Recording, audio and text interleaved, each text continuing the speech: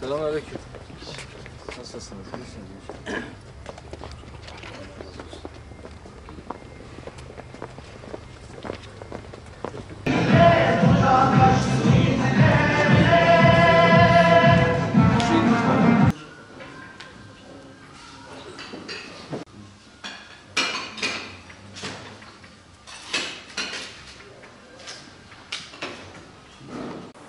Malumunuzdur. Bundan birkaç ay önce haklarında soruşturma dosyaları bulunan milletvekilleriyle ilgili dokunulmazlık dosyalarının kaldırılması talebiyle fezlekeler mecliste birikmişti. Mecliste grubu bulunan her 4 partiye mensup milletvekilleri hakkında da iddialar vardı. Yürütülen soruşturmalar vardı. Mecliste dokunulmazlıklar kalktı. 3 partiye mensup milletvekilleri davet edildikleri savcılıklara ifade vermeye gittiler. Ancak HDP milletvekilleri bizim görüşümüze, bizim bakış açımıza göre gerginliği tırmandırmak için ifade vermeye gitmeyeceklerini söylediler. İfade vermeye gitmemelerinden sonra gelecek olan adımın zorla getirme kararı olduğunu biliyorlardı. Zaten genel başkanları da biz hiçbir şey olmamış gibi tıpış tıpış ifade vermeye gitmeyeceğiz. Bizlerle ilgili tutuklama, gözaltına alma ya da zorla getirme kararı almak zorundasınız demişti. Nihayetinde ifade vermeye gitmeyince haklarında zorla getirme kararları uygulandı, mahkemeye götürüldüler ve akabinde tutuklama kararı verildi.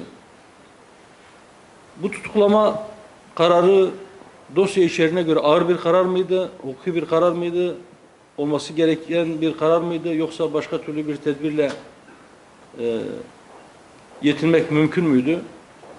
Onun dosya içeriğine baktıktan sonra daha sağlıklı bir şekilde söylemek mümkün. Ancak olaya verilen tepkiler gerginliği biraz daha tırmandırma amacıyla kasıtlı olarak yapılan hareketler olarak değerlendiriyoruz. Gerginliğin daha fazla tırmanmasının hiç kimseye bir faydası yoktur. İşte gözaltına alınmalarından saatler sonra Diyarbakır'da patlayan bombalı araç yüzlerce insanın yaralanmasına sebebiyet verdi. İlk anda bunlardan 9 tanesi hayatını kaybetti. Maalesef daha sonra 2 kişi daha bunlara ilave oldu. Bunların arasında yaşlılar, kadınlar ve çocuklar var ve belki de çoğunlukta. Tasvip etmedikleri veya kendilerine yönelik bir haksızlık olarak değerlendirdikleri herhangi bir hareketin faturasını halka kesmek, bunun karşılığında ulu orta, sağda solda, yolda, caddede, mahallede bomba patlatmak, bombalı araç patlatmak, yüzlerce insanın ölümüne sebebiyet verecek nitelikte bombalar patlatmak insanlık dışı vahşi bir eylemdir. Bunu bir kez daha bu vesileyle telin ettiğimizi huzurlarınıza açıklamak istiyorum. Cezaevinin bir giriş kapısı olduğu gibi bir çıkış kapısı da vardır.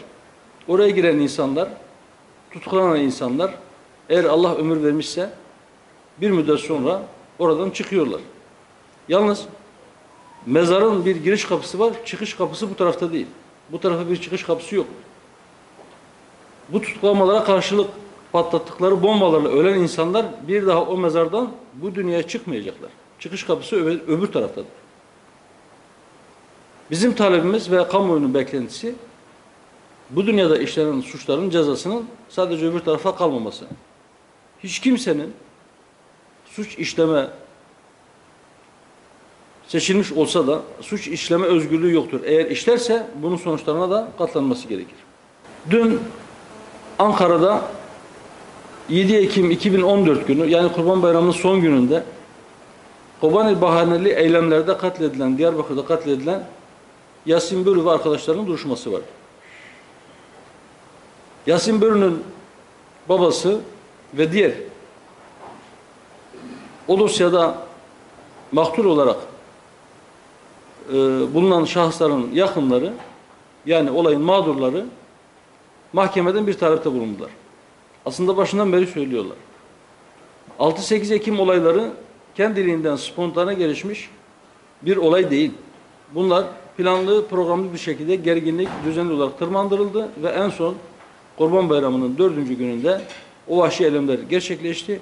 Hepinizin malum olduğu üzere 6 can linç edilerek katledildi. Vahşi bir şekilde üzerlerine benzin döküldü. Bunların duruşması devam ediyor ve ilk andan itibaren mağdurlar sadece bu olayı fiilen gerçekleştirenlerin değil, bunu azmettirenlerin de dosyaya dahil edilmesi ve yargılanması gerektiğini söylüyorlar. Dün bu talep bir kez daha dile getirildi. Ancak henüz mahkemenin bu taleple ilgili ne tür bir karar verdiğini biliyor değiliz. Umarım o olaylar bütün yönleriyle araştırılıp açığa çıkarılır. Eğer o olayın hesabı hakkıyla sorulmuş olsaydı belki bugün benzer nitelikte çağrılar yapmaya birileri cesaret edemeyecekti.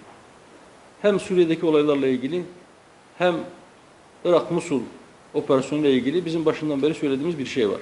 Bizim bir duruşumuz var. Biz diyoruz ki İslam ümmetinin toprakları içerisinde baş gösteren herhangi bir sorun ümmetin kendi iç meselesidir. Asla ve asla emperyalistler buna müdahil olmamalıdır. Özellikle de İslam ülkelerinden hiçbirisi emperyalistleri buraya davet etmemelidir. Bu zillettir, bu ümmete ihanettir. Varsa ümmetin içerisinde bir sorunu, ümmetin unsurları birbirlerinin kardeşleri olarak bir araya gelmeli, sulh içerisinde diyalogla bu sorunları çözmelidir. Musul ve Suriye'deki meseleye de bizim bakışımız budur. Emperyalistler 100 yılı aşkın bir süredir aramızdaki kavmi veya mezhebi bazı farklılıkları fitne unsuru haline getirip bu fitne ateşini körüklemekle meşguller. Bizi birbirimize düşürüp, bizi birbirimize çarpıştırıp, bizi daha fazla sömürmenin hesabı içerisindedirler. Onların bu hesaplarının boşa çıkması için bizlerin kardeşlik şuuruyla hareket etmesi, aramızda var olan sorunları belki buzdolabına hatta derin dondurucuya kaldırmamız gerektiğini bir kez daha ben hatırlatmak istiyorum. Eğer biz bu sorunlarımızı unutmazsak, hariçten dışarıdan yapılan saldırılar anında bile bizler birbirimize düşmeye devam edersek sadece kendimize zarar vermiş oluruz. Sadece silah tüccarlarını, sadece topraklarımızı işgal etmeye, yeraltı, yerüstü zenginlik kaynaklarımızı alıp götürmeye niyetlenmiş ve bu nedenle bizim topraklarımızda bulunan işgalcilerin ekmeğine yağ sürmüş oluruz. Raqqa operasyonu ile ilgili dün de söyledim.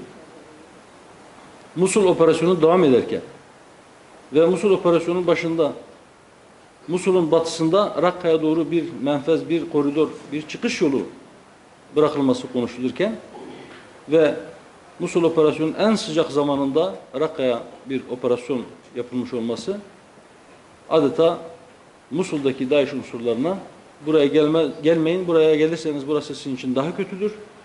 Öyleyse orada var gücünüzle çatışın, çarpışın, bir ölüm kalım savaşı vermek zorundasınız mesajı yüklü. Türkiye'nin itirazları üzerine Amerikan Genelkurmay Başkanı'nın hemen Türkiye'ye gelmesi ve bu konuda biz operasyonun her adımıyla ilgili Türkiye'ye bilgi vereceğiz, bilgilendireceğiz, onunla birlikte hareket edeceğiz şeklindeki açıklamaları da vaziyeti kurtarmaya yönelik yapılan açıklamalardır. Amerikan veya başka bir herhangi bir emperyalistin sözlerine güvenip onların ipleriyle kuyuya inenler ömürleri boyunca kuyudan onlar için su çıkarmaya ya da o kuyunun dibine terk edilmeye mahkumdurlar. Bunu herkes tarafından bilinmesi gerekir.